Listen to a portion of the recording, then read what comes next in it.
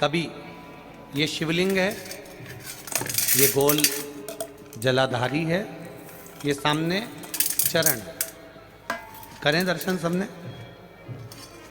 ये दो सामने जो चरण हैं, इसके बीच में सुख सुंदरी है। कभी कभी विशेष कोई अवसर आए,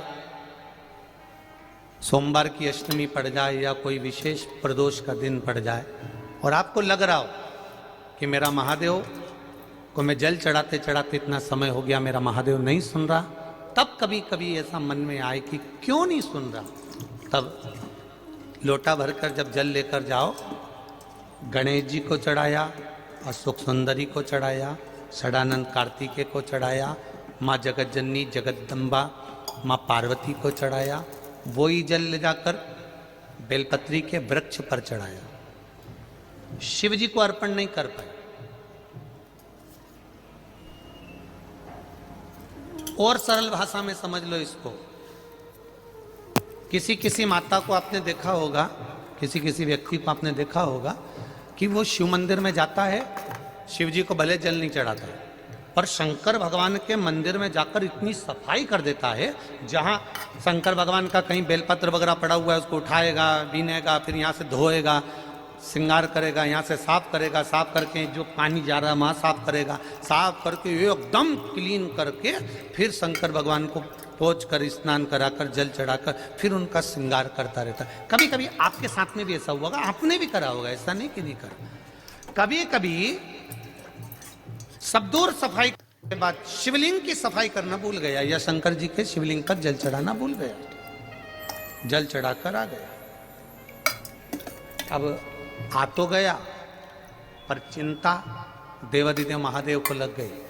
मेरा था, भक्त था, उपास करता था, शिवरात्रि का व्रत करता था, पशुपति व्रत करता था, सोमवार सावन के करता था, 16 सोमवार करता था, पर आज इसको ना जाने क्या हो गया कि ये मेरे ऊपर जल ना चढ़ाकर सब दूर जल चढ़ाकर चले गया। देवादिदेव माता पार्वती जी से कह देते हैं, सुन पार्वती, अगर कोई भूलवश भी मुझ पर जल चढ़ाना भूल जाए और तेरे हस्त कमल पर जल चढ़ा कर जाए, तो पार्वती जितना फल मैं प्रदान करूं उससे दुगना फल तुझे प्रदान करना है।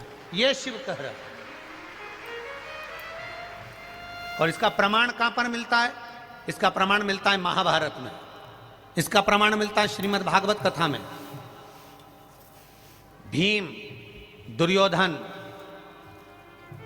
और जरासंध तीनों ने तप करा,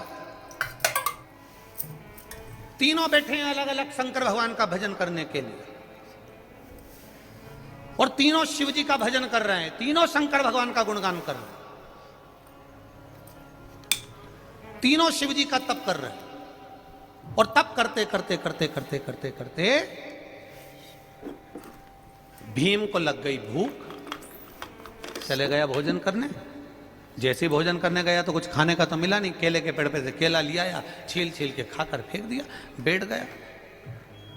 इतने में देवादिदेव महादेव प्रकट हो गए, और महादेव प्रकट होकर तुरंत मेरे शंकर भगवान ने प्रसन्न होकर प्रकट होकर दुर्योधन और जरासंध को देखा और दोनों से पूछा, तुम्हें क्या चाहिए मांगो।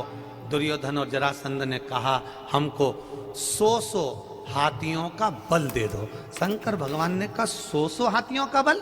तथास्तु। शंकर भगवान ने तथास्तु तो कह दिया। भीम बैठकर केला खा रहे थे और जरासंध और दुर्योधन जाते जाते हंस दिए। बताओ, इस खबड्डे को देखो, हप्सी को देखो, खाने के चक्कर में इसको आशीर्वाद नहीं मिला और हमको 100 हाथियों का बल मिल गया।